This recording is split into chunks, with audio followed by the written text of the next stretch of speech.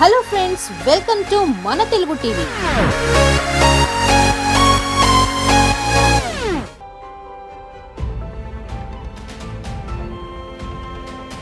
ఐదు వందలు 1000 నోట్ల రద్దు వెనుక అసలు రహస్యం ఇది.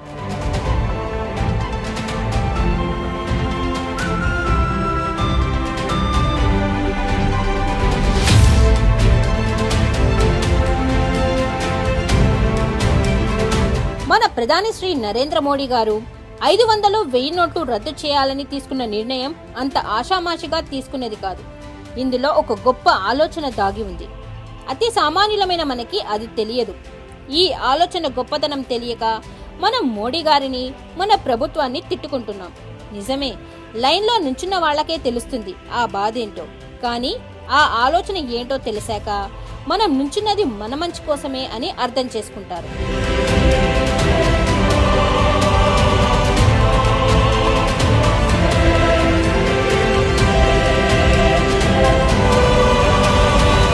అసలు ఇంతకీ ఆ ఆలోచన ఏంటి? దానివల్ల మామూలు మనుషులకు కలిగే లాభం ఏంటి? ఈ విషయాలు తెలుసుకునే ముందు మనం డబ్బు గురించి కొన్ని శాస్త్రీయ విషయాలు తెలుసుకోవాలి. ఇక్కడ నుంచి కాస్త జాగ్రత్తగా వినండి. మీకు ఎప్పుడైనా అనిపించిందా, డబ్బు కాగితాలను ముద్రించేది మన ప్రభుత్వమే కదా? అలాంటప్పుడు డబ్బులు అందరికీ కావలసినన్ని ముద్రించి ఇచ్చేయచ్చు కదా? అలాంటప్పుడు ఇక పేదవాళ్ళు అసలు ఉండరు కదా? అలా మనం చేస్తే దేశం నాశనం అవ్వడం ఖాయం. దానికి చాలా కారణాలున్నాయి. అసలు డబ్బు ముద్రించాలంటే దానికి పాటించాల్సిన పద్ధతి ఏంటో ముందు తెలుసుకుందాం.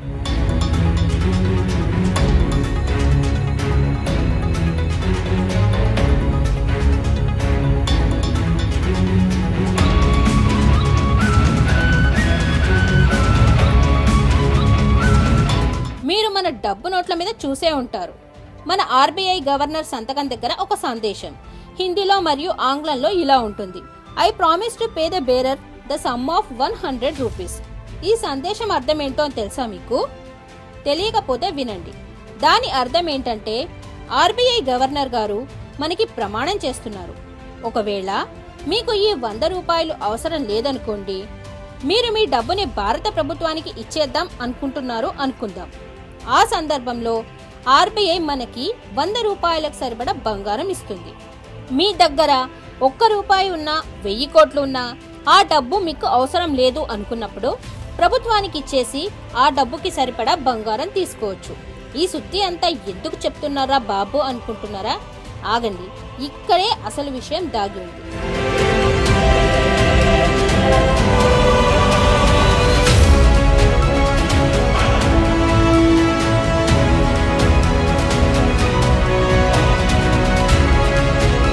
మన దేశ ఆర్థిక పరిస్థితిని మన ప్రభుత్వం దగ్గర ఉన్న బంగారంతో కొలుస్తారు.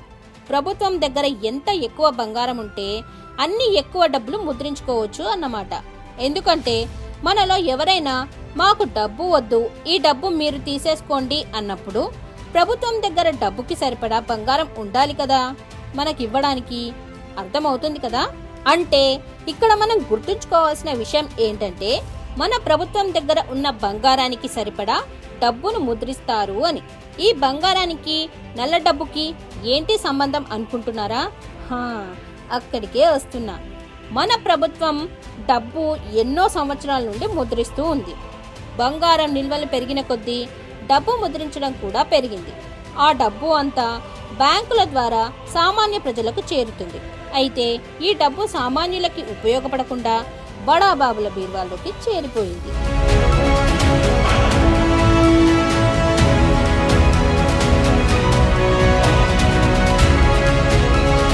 పెద్ద పెద్ద నల్లబాబులంతా దేశంలో ఉన్న డబ్బులో చాలా మటుకు ఏదో విధంగా సంపాదించిన దానికి ట్యాక్స్ కట్టకుండా దాచిపెట్టేశారు. ఇలా ట్యాక్స్ కట్టకుండా, బ్యాంక్లో వేయకుండా డబ్బుని దాచినందువల్ల ఎవ్వరికీ ఉపయోగం లేదు. వాళ్ళంతట వాళ్ళు ఖర్చు పెట్టకపోతే ఆ డబ్బుకి చిత్తు కాగితాలకి తేడా లేదు.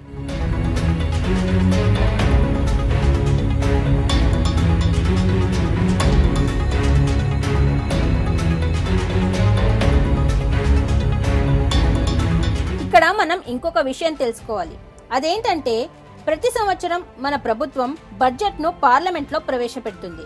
బడ్జెట్ లో ఏముంటుంది అంటే ఈ సంవత్సరానికి మన దేశ ఆదాయం ఎంత ఖర్చు చేసుకోవచ్చు, ఎంత అప్పు చేయాలి, వచ్చే ఏడాది మన ఆదాయం ఎంత ఉండాలి, ఇలాంటి లెక్కలు ఉంటాయి. గత కొన్ని సంవత్సరాల బడ్జెట్ గనక మనం చూసినట్లయితే మనకి తెలిసే విషయం ఏంటంటే మన ఆదాయం కంటే మన ఖర్చులు ఎక్కువ. తరతరాలుగా మన దేశ పరిస్థితి ఇలానే ఉంది. మన ఆదాయం కంటే మన ఖర్చు ఎక్కువ ఉండడం వల్ల మనది ఎప్పుడూ లోటు బడ్జెట్ అంటారు. అంటే మన దగ్గర దేశాన్ని నడపడానికి సరిపడా డబ్బు లేదని అర్థం. సరిపడా డబ్బు లేనందువల్ల ప్రతి ఏడాది మనం ప్రపంచ బ్యాంకు దగ్గర మరియు ఇతర దేశాల దగ్గర అప్పు చేయాల్సి వస్తుంది. అలా డబ్బు లేకపోవడాన్ని ఆర్థిక లోటు అని కూడా అంటారు.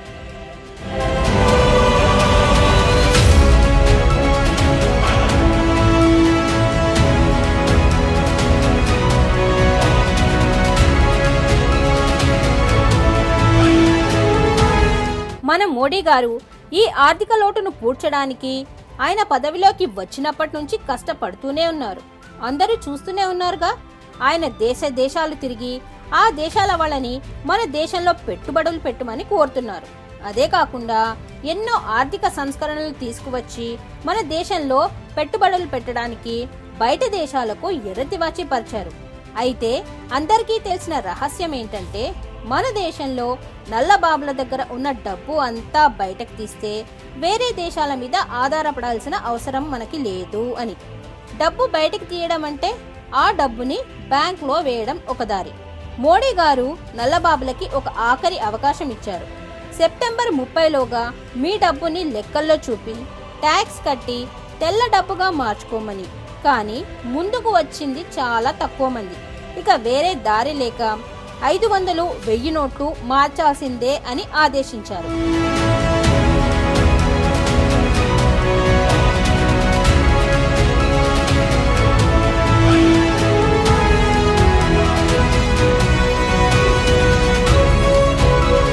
ఈ విషయం మాకు తెలిసిందే కదరా అనుకుంటున్నారా?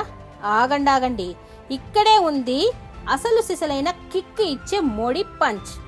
రోజు మనం టీవీలో చూస్తున్నాం, 2.5 లక్షలు దాటితే మీ పని అయిపోయింది అని ప్రభుత్వం అందరినీ భయపెడుతుంది. మనలో చాలా మందికి ఒక సందేహం వచ్చే ఉండాలి. ఏమని అంటే, ఇలా భయపెడితే డబ్బులు ఎవరు వేస్తారు బ్యాంకులో వేస్తే జైల్లో పెడతారన్న భయంతో నల్లబాబులు డబ్బుని చెత్తలో కాల్వల్లో పారేస్తున్నారు. కొంతమంది కాల్చేస్తున్నారు. మొత్తం డబ్బంతా ఎవ్వరికి ఉపయోగపడకుండా పోతుంది కదా అని. అసలు నల్లబాబులు డబ్బులు బ్యాంకులో వేయకూడదనేదే ప్రభుత్వం ఆలోచన.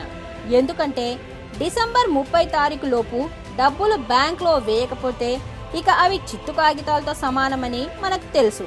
కాబట్టి అక్రమంగా సంపాదించిన సొమ్ము మొత్తం ఒక్క దెబ్బతో నాశనమైపోతుంది. జనవరి 1వ తేదీకి మన ప్రభుత్వం దగ్గర ఉన్న డబ్బుకి ప్రభుత్వం దగ్గర ఉన్న బంగారానికి చాలా తేడా వస్తుంది. ప్రభుత్వం దగ్గర ఉన్న బంగారానికి సరిపడా డబ్బు ఉండదు కాబట్టి ప్రభుత్వం మళ్ళీ కొత్త నోట్లు ముద్రిస్తుంది. వారెవ్వా మోడీ గారు, మీ ఆలోచనకి పాదాభివందనమయ్యా. ఒక్క దెబ్బకి 2 పిట్టలు.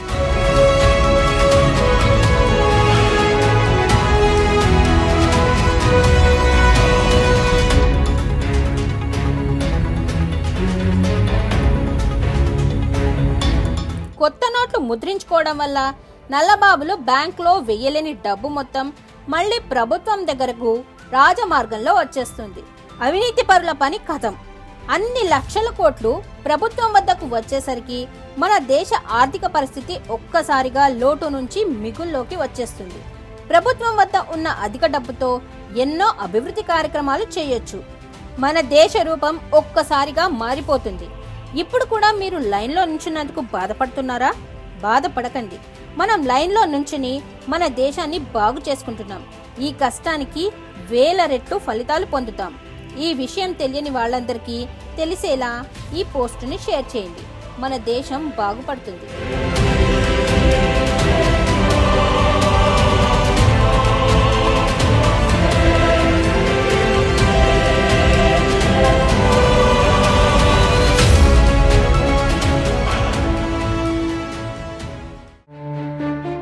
Like, share and subscribe.